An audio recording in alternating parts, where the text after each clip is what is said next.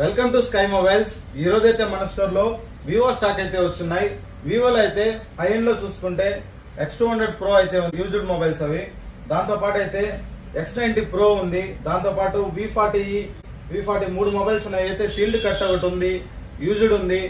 దీంట్లో అయితే 20 days mobile కూడా ఒకటి ఉంది.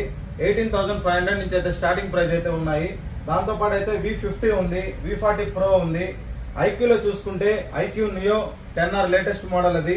దాంతోపాటు ఐక్యూ నియో 9 Pro కూడా ఉంది, ఐక్యూ నియో 13 కూడా ఉంది. సీల్ ప్యాక్ ఇది.